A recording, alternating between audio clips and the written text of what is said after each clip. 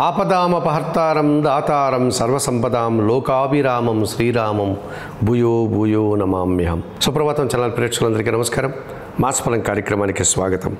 2025 June మాసంలో ద్వాదశ రాశుల వారికి గోచార రీత్యా మాస ఫలితాలు ఎలా ఉంటాయి? 2025 జూన్ మాసంలో కన్యారాశి వారి యొక్క మాస ఫలితాలు.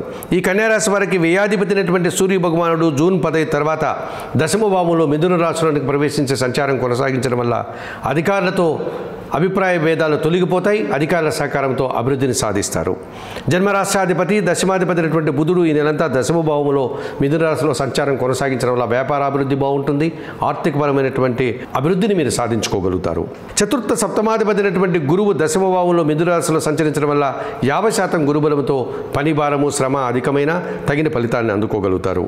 ద్వితీయ భాగ్యాధిపతి అయినటువంటి శుక్రుడు ఈ నెలంతా కూడా భాగ్యములో వృషభ రాశిలో సంచరిస్తున్నాడు. సృజన సహకారంతో కుటుంబంలో సంతోషకర వాతావరణం నెలకొంటుంది.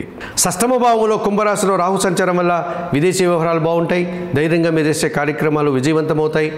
మీరు పోటీ ప్రపంచంలో మంచి విజయాలను సాధించుకోగలుగుతారు. తృతీయ అష్టమాధిపతి అయినటువంటి కుజుడు ఈ నెలంతా వ్యయములో సింహరాశిలో సంచరించడం వల్ల అధిక ఖర్చులు, అనవసరమైనటువంటి విషయాల్లో అశాంతిని కలిగించే సంఘటనలు జరగడానికి అవకాశం ఉంది. పంచమ షష్టాధిపతి అయినటువంటి శని భగవానుడు సప్తమ భావంలో మీనరాశిలో సంచరిస్తున్నాడు.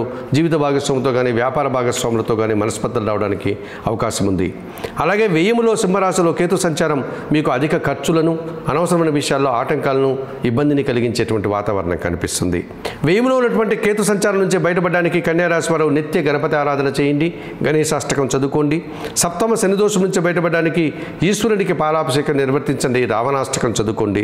వ్యయములో ఉన్నటువంటి కుజదోషం నుంచి బయటపడడానికి సుబ్రహ్మణ్య స్వామికి అభిషేకం నిర్వర్తించి ఎర్ర కందిపప్పును 1 కేజీ మంగళవారం రోజు పేదవారికి కానీ కుటుంబంలో పనిచేసే పనివారికి కానీ దానం చేయడం వల్ల ఈ కన్యారాశి వారు మరింతగా మంచి ఫలితాలను అందుకోగలుగుతారు.